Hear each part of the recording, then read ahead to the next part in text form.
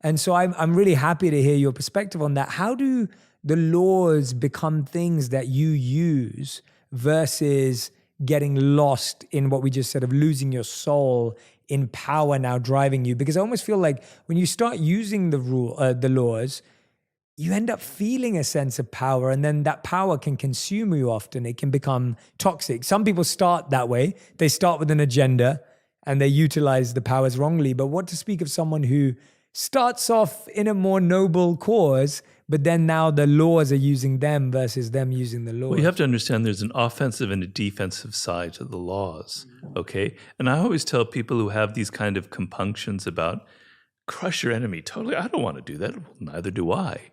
Okay. So if you're reading a law and it kind of triggers this, I can't do that, then it's not something you should do anyway.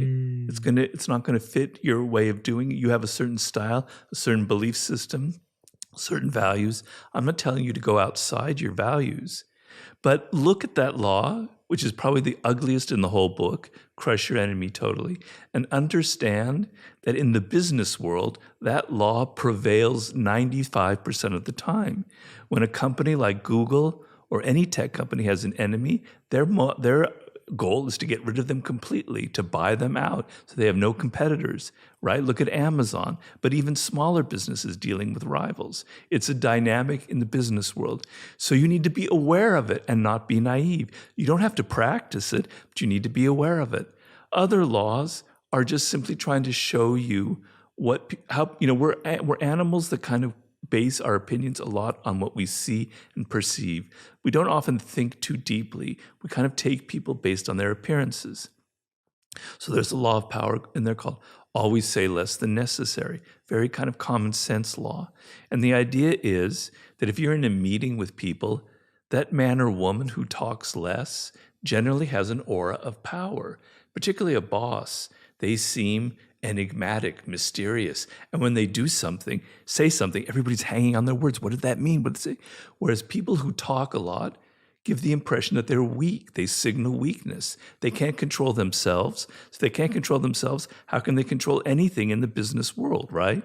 So we sense that in people. So be aware of that. You're probably talking too much in a lot of circumstances, and maybe you can control that. And so this is kind of a way of defending yourself in an environment where people will tend to see you as weak if you can't have any self-control, right? So if you see that a law that's ugly, that makes you skin crawl, you don't want to do it, I have no problem with that. There are a lot of laws I don't practice in there. But you need to be aware of them. You need to be aware that other people are practicing them so that you don't become their victim. Then there are other laws that, yes, you should practice, right? Like appealing to people's self-interest when you're trying to influence them, or despise the free lunch, where you learn to pay for things and be generous with your time and your money for people. So it depends on the law. But I hate it when people say, oh, what an evil book. Those are people who haven't read it, because half the laws, or more than half, have nothing evil about them.